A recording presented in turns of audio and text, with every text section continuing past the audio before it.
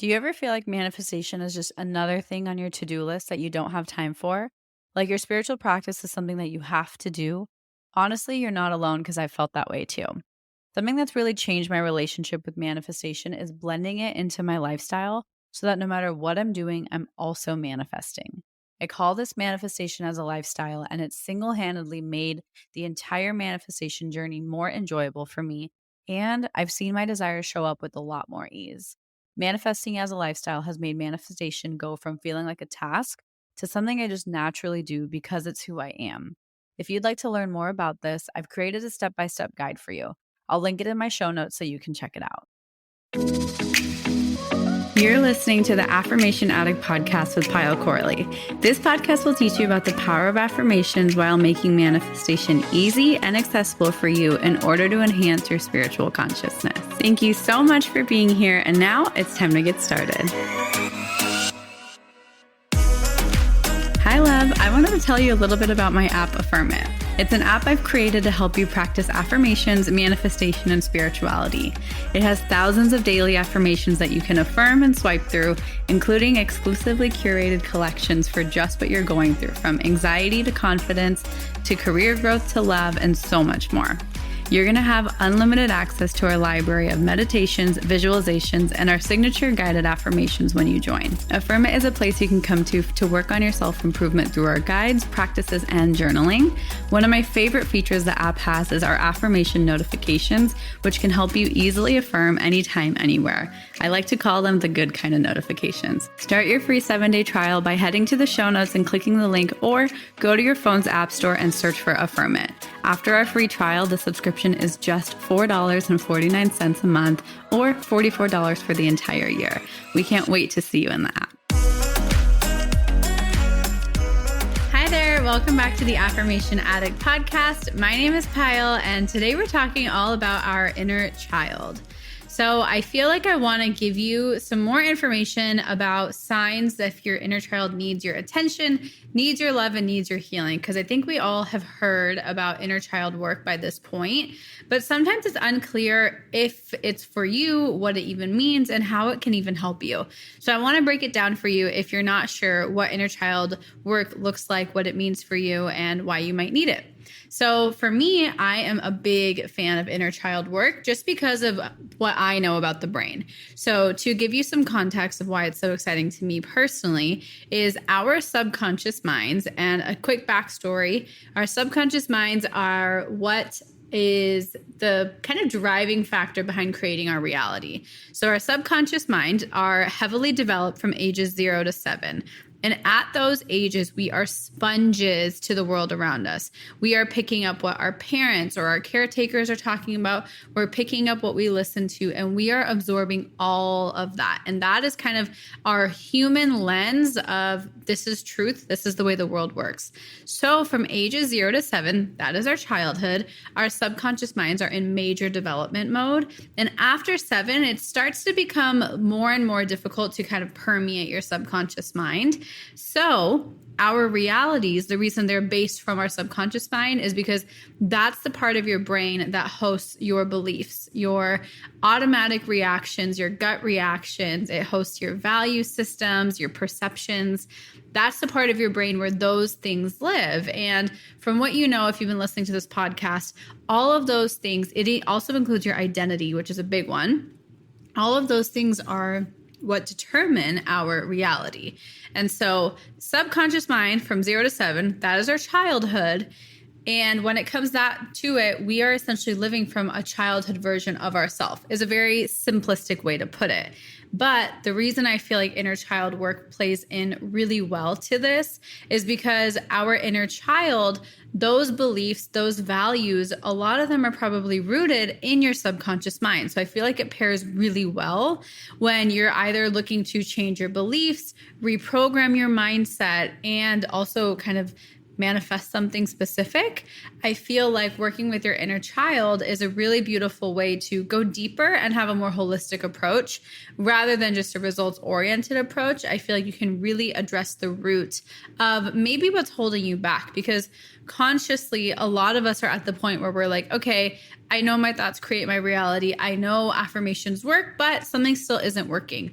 That missing piece, that something still isn't working, oftentimes traces back to our subconscious mind. And I think a beautiful way to access and kind of understand your subconscious mind and the state of your subconscious mind is through inner child work. Now, a precursor is inner child work can be very emotional. When we see children, when we see kids, when we see our baby pictures, even if you have any, it can be a very emotional time. And there's no science or any reason specifically that I'm aware of as to why emotions really get heightened when we think about our childhood.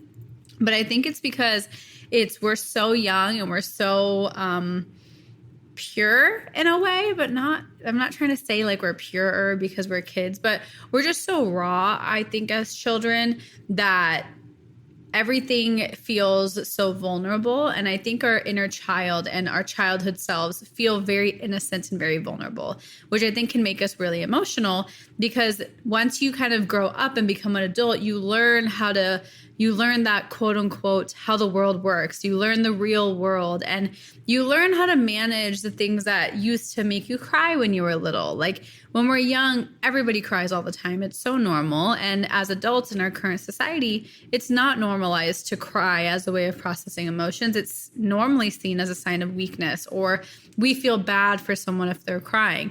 As you guys know, if you've been following me, I'm a big advocate of crying. I cry very easily, and it's honestly so healing for me. But that is one of the things that I do to nurture my inner child, because it feels so healing, and it's a way for me to process that used to work very well for my inner child as well. So all of that to say, I really think there's so much power in working with our inner child, whatever you are on your journey, because I think our inner child and our inner children have so many deep thoughts, have so many deep lessons that we can learn from whatever you are trying to do with your journey. I think it can only help. And it's a different way of understanding yourself, is my opinion. And so I want to share with you some signs that your inner child might benefit, or you might benefit from giving your inner child some attention, and vice versa. It is a symbiotic relationship. So it's a two-way street.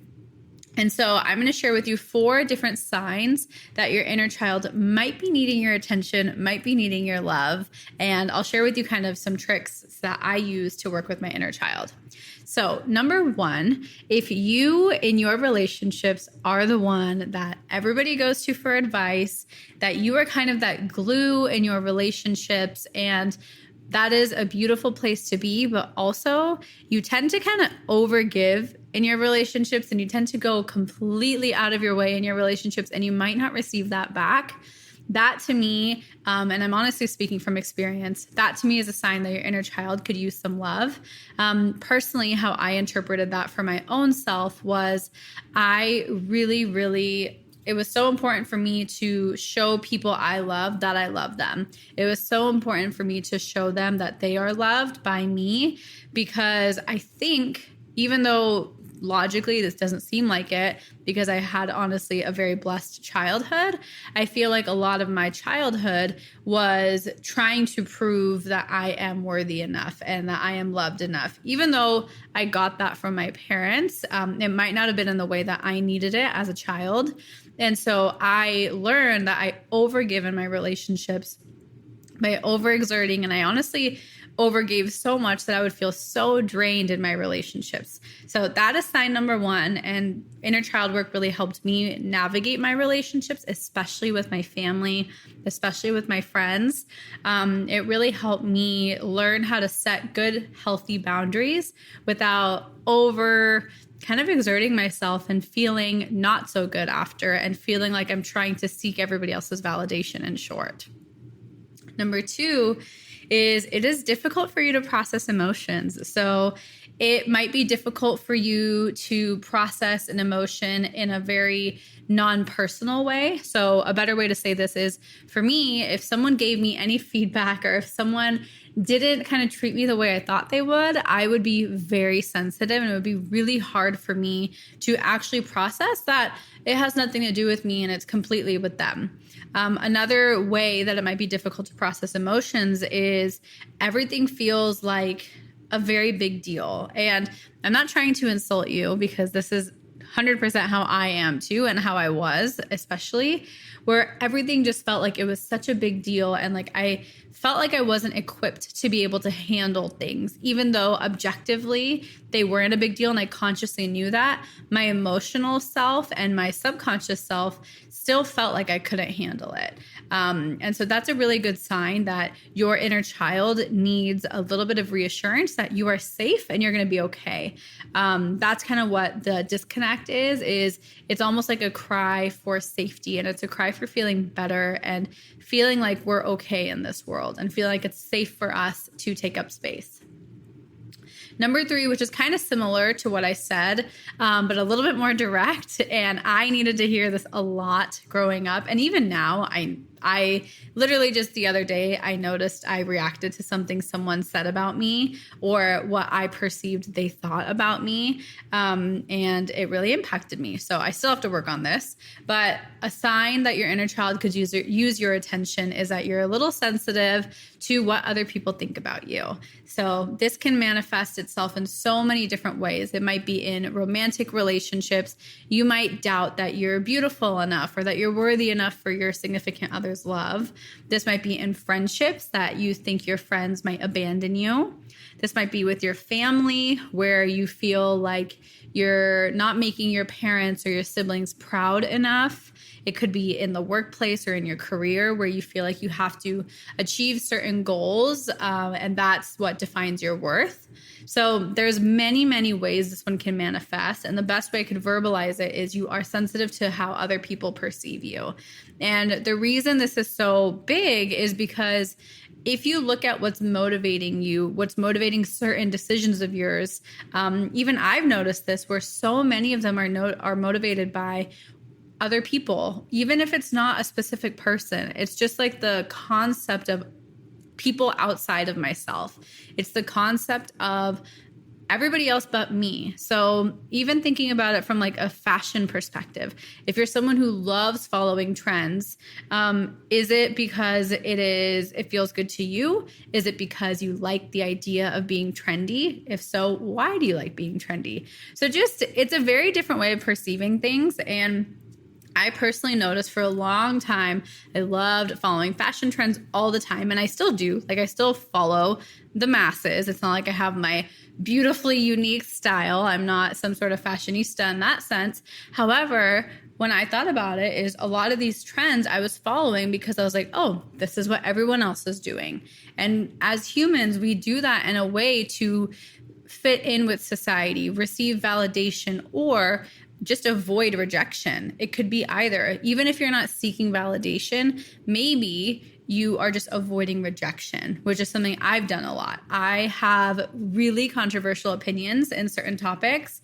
And I still, to this day, I haven't figured out the best way to share them because I'm scared of the rejection I might receive. I'm scared of ruffling other people's feathers. I'm scared of making people uncomfortable because I feel bad, because I want to be nice and I want to be kind, but I also want to share my voice, and I don't know how to do that because certain people get offended at things. So it's all of these things, even though they might seem unrelated, are still rooted in you're sensitive to what other people think about you. And personally, this is my biggest area that I still need to improve on. And I am still working on my inner child work with this kind of lens, because it's so driven.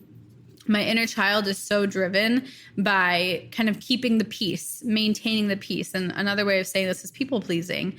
That's my inner child's kind of main motivation. And so I think a lot of us have that, but we might not even realize it, because it's very normal to have like a tough exterior. Like, we don't care what people think, but what are those subtle things that we might be doing unconsciously to either people please or avoid rejection? So there's kind of two lenses to that.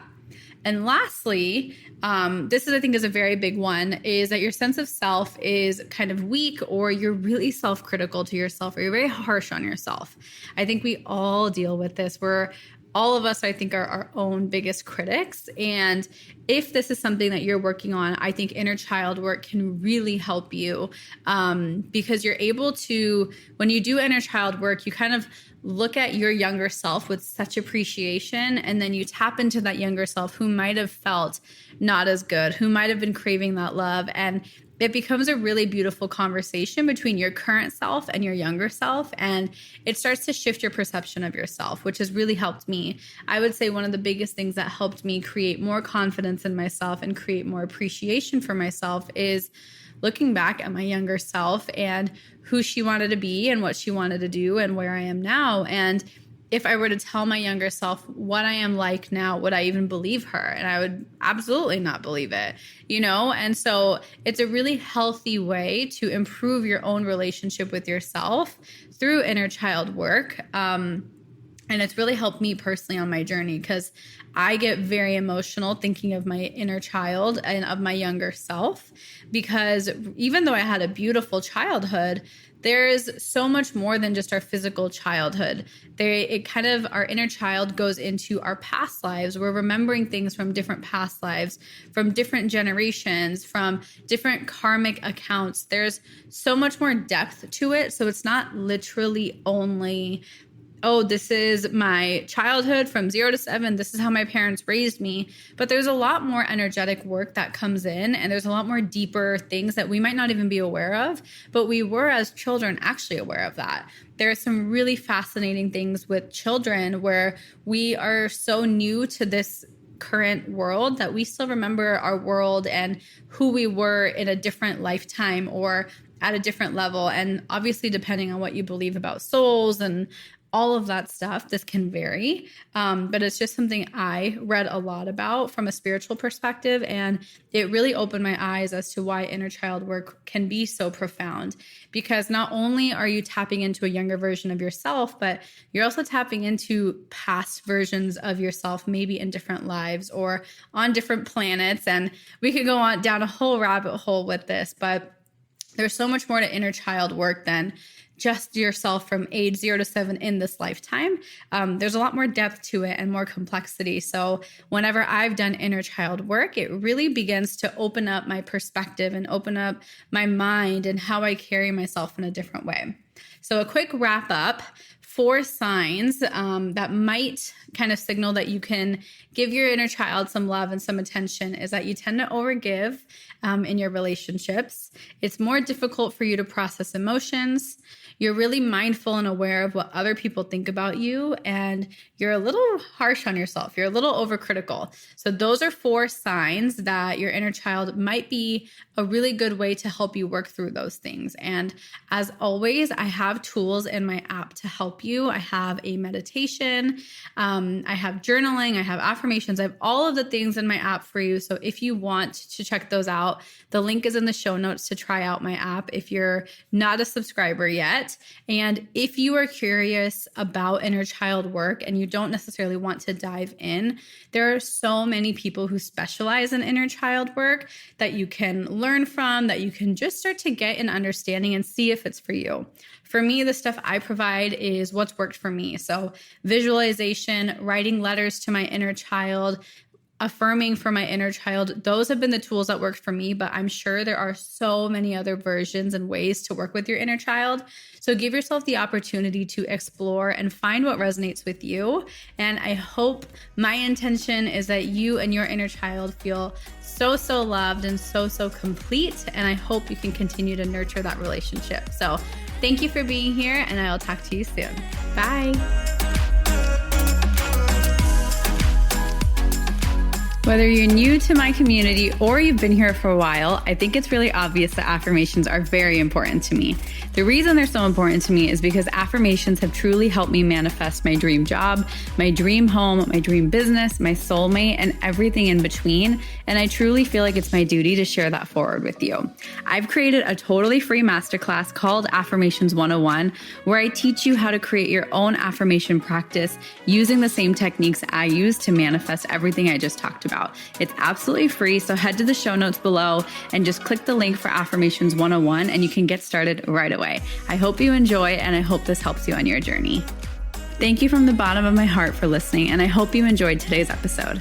If this episode resonated with you, it would mean the world to me if you could rate and review the podcast and share it on your social media so I know to keep creating episodes that are inspiring you to manifest. I'm so genuinely grateful for the time we shared today, and I'd love for you to join the community by following @AffirmationAddict on Instagram. To continue diving into spirituality and manifestation, head over to my website, affirmation-addict.com. Until next time, I'm sending you so much love and so much healing energy.